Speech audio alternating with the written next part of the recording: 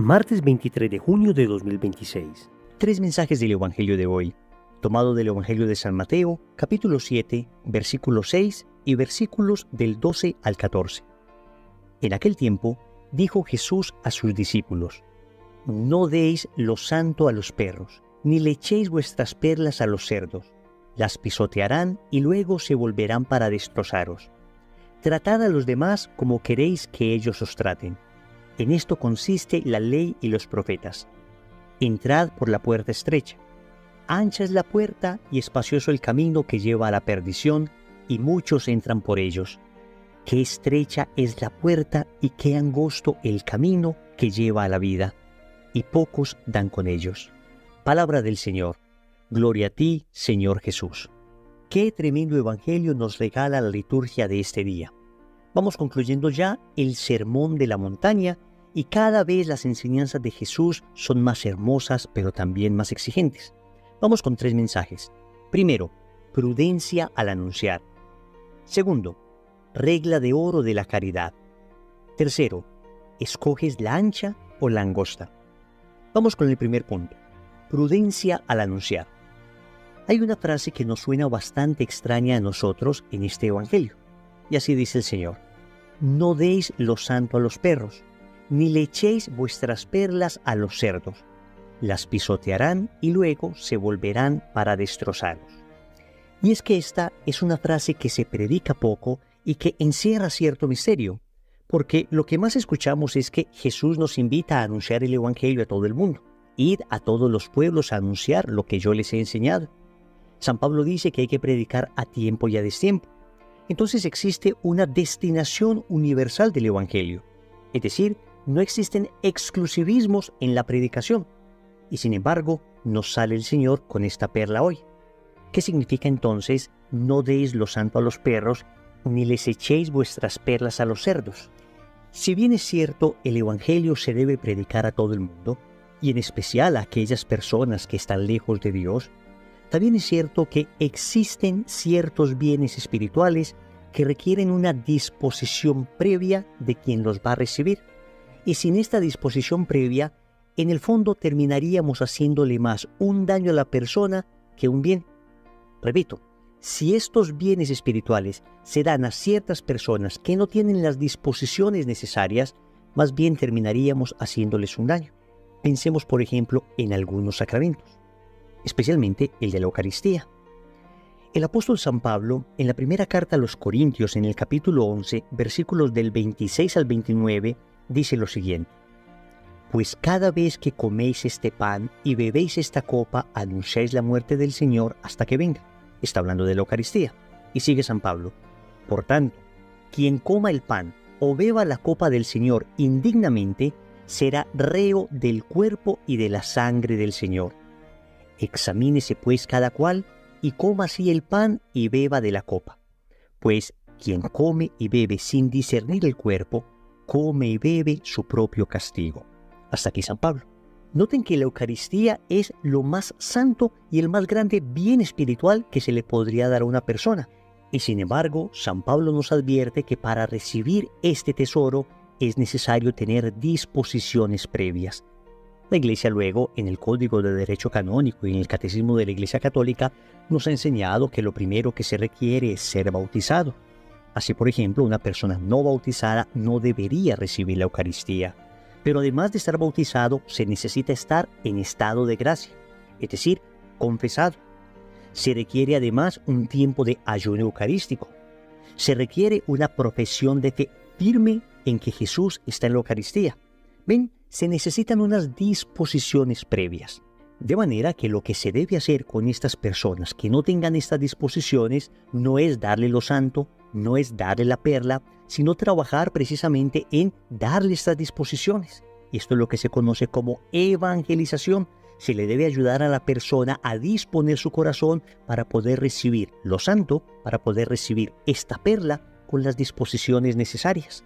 Y esto, antes de ser una falta de caridad, es al contrario la más grande obra de caridad con esta persona, porque no estamos exponiendo a la persona a pisotear, a destrozar lo sagrado, sino que al contrario, estamos evangelizando para que tenga, repito, esas disposiciones y pueda recibir eso tan sagrado y eso tan grande. Aquí hay una reivindicación de lo sagrado. Ven que se habla mucho de los derechos humanos. ¿Y dónde quedan los derechos divinos? ¿Dónde queda aquello que nos ha enseñado Dios? ¿Dónde queda el respeto a lo sobrenatural, el respeto a lo sagrado, el respeto a lo divino? Queridos amigos, se necesita prudencia al momento de anunciar, toda vez que necesitamos discernir adecuadamente en cada circunstancia qué es lo que se debe decir, qué es lo que se debe hacer, cómo es que se debe catequizar, y no podemos dejarnos engañar con esas frases que tratan de confundir a los cristianos, haciéndoles pensar que si todo el mundo no recibe lo sagrado de manera inmediata, aún sin previa disposición, entonces estaríamos discriminando o estaríamos atentando contra la dignidad de las personas. Nada de eso, queridos amigos. La mayor obra de caridad que podemos hacer con alguien es anunciarle con claridad la verdad. Eso sí, con toda la caridad posible, con todo el amor posible, cuidando mucho las formas en que decimos las cosas, pero manteniéndonos muy sólidos en aquello que Dios nos ha enseñado. Segundo, regla de oro de la caridad. Sigue el Señor diciendo en el Evangelio: tratad a los demás como queréis que ellos os traten. En esto consiste la ley y los profetas. Esta frase del Señor ha sido llamada a partir del siglo XVII regla de oro de la caridad. Y muchas veces se llegó a pensar que bastaba con no hacer daño a otras personas para estar cumpliendo la voluntad de Dios. Esta frase de trata a los demás como quieres que te traten a ti es una invitación a ya no quedarnos solamente en no hacer daño a las personas, sino en empezar a hacer el bien a los demás. La pregunta entonces que nos deberíamos hacer cada que vayamos a entablar una relación con alguien es la siguiente: ¿cómo me sentiría yo? Escúchame bien y apréndete esta frase en tu corazón. ¿Cómo me sentiría yo? Vamos a aplicarla. ¿Cómo me sentiría yo si me corrigieran de la manera en que yo estoy corrigiendo? ¿Cómo me sentiría yo si me atendieran de la manera en que yo estoy atendiendo? ¿Cómo me sentiría yo si me hicieran esto que yo estoy haciendo? Si la respuesta es me sentiría mal, entonces deja de hacerlo al instante. Y no estoy diciendo que el criterio del sentimiento sea el único criterio válido para juzgar el bien moral. Recordemos que existe el bien moral por encima de nuestros sentimientos. Pero aquí es muy importante pensar en la sensación que uno mismo tendría, porque incluso si estoy tratando de hacer un bien a la otra persona, pero esto que estoy haciendo termina haciéndole sentir mal, entonces debo empezar a cuidar más las formas. Debo preguntarme, ¿existe una mejor manera de hacerlo? ¿Existe una manera más caritativa? ¿Existe una manera más bondadosa? ¿Existe una manera más humilde de decir esto? Esta regla entonces es importantísima, porque bajo esta regla la convivencia social sería un verdadero paraíso. Si todos aplicáramos esta regla, entonces, mis hermanos, viviríamos el cielo en la tierra. Desde ya estaríamos tocando el paraíso, porque así es como se vive en el cielo, con la más fina y exquisita caridad. Tercero, ¿escoges la ancha o la angosta? Termina el Señor diciendo en el Evangelio: ancha es la puerta y espacioso el camino que lleva a la perdición, y muchos entran por ellos. Qué estrecha es la puerta y qué angosto el camino que lleva a la vida, y pocos dan con ellos. Con esto el Señor nos está hablando de la exigencia que implica el camino espiritual. Amigos, no nos vamos a engañar. Es cierto que amar al Señor trae consigo sanación, felicidad, alegría, se le da un verdadero sentido a la vida, nos rodeamos de gente maravillosa, empezamos a experimentar las mieles de su amor, pero también es cierto que hay cruz, que vienen los ataques, que vienen las persecuciones, que en ocasiones vienen las incomprensiones. Y por eso el Señor dice en el Evangelio de San Mateo, capítulo 16, versículo 24, el que quiera venir en pos de mí, niéguese a sí mismo, cargue con su cruz y sígame. Esta es una puerta estrecha, este es un camino angosto, pero les quiero contar una noticia, y una noticia que por experiencia propia y experiencia de todas las personas que han seguido el camino del Señor podemos asegurar. Y es que el camino espiritual comienza estrecho, pero mientras más avanzas en él, más se va ampliando. Empieza un poco de mortificación, empieza con unas cuantas renuncias, empieza con un poco de sufrimiento, porque evidentemente si estamos muy arraigados en el pecado, ese desarraigarnos de allí, ese sanar esas heridas, implica un cierto sufrimiento, una cierta mortificación, ciertas renuncias. Pero tú notas que mientras más avanzas en la vida espiritual, es como que el camino se va ampliando y se va volviendo cada día más maravilloso. Por eso alguien decía que la práctica de la virtud es un árbol de raíces amargas, pero de frutos dulcísimos. Renunciar a ciertas cosas, claro que tiene una cierta amargura. Pero amigos, no renuncia uno para quedarse en la renuncia. Uno renuncia para abrazar a Jesús. Y cuando se le abraza a Jesús, cuando se adquiere el fruto de la renuncia, ¡ah, qué felicidad se experimenta! Cómo el corazón se ensancha, cuánta alegría y cuánto gozo. Y pareciera que los dolores previos son nada en comparación con lo que se recibe. Y el camino del Señor cada día mejor. Contrario al camino del mundo. El camino del pecado empieza amplio, grande, espacioso, una puerta brillante, y uno siente que es feliz cuando entra ahí. Pero ¿te has dado cuenta que mientras más te metes en el pecado, mientras más caminas en la vida del mundo, entonces más se va estrechando ese camino?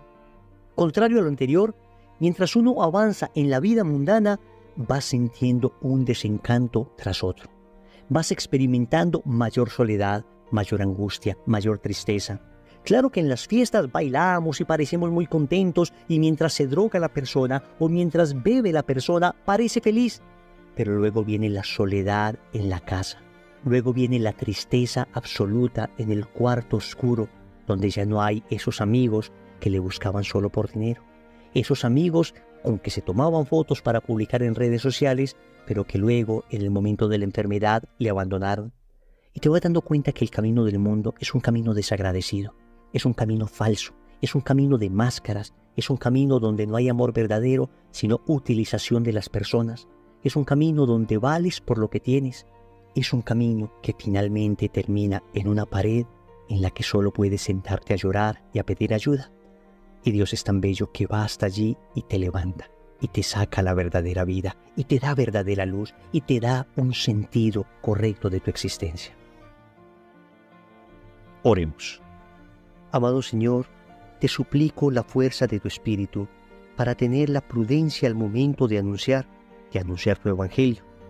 Enséñame qué decir, enséñame cómo decirlo, enséñame cuándo decirlo, enséñame a quién decirlo. También te suplico que llenes mi corazón de caridad. También te suplico que me ayudes a vivir esta regla de oro, de no hacer a los demás lo que no quiero que me hagan a mí. Finalmente, Señor, dame la valentía para escoger el camino de la puerta angosta y finalmente estar contigo en la eternidad. Señor, dame lo que me pides y pídeme lo que quieras. Amén. Recordemos entonces, primero, prudencia al anunciar. Segundo, regla de oro de la caridad. Tercero, escoges la ancha o la angosta. Compromiso. Trata a los demás como quisieras que te trataran a ti. En el nombre del Padre, y del Hijo, y del Espíritu Santo. Amén.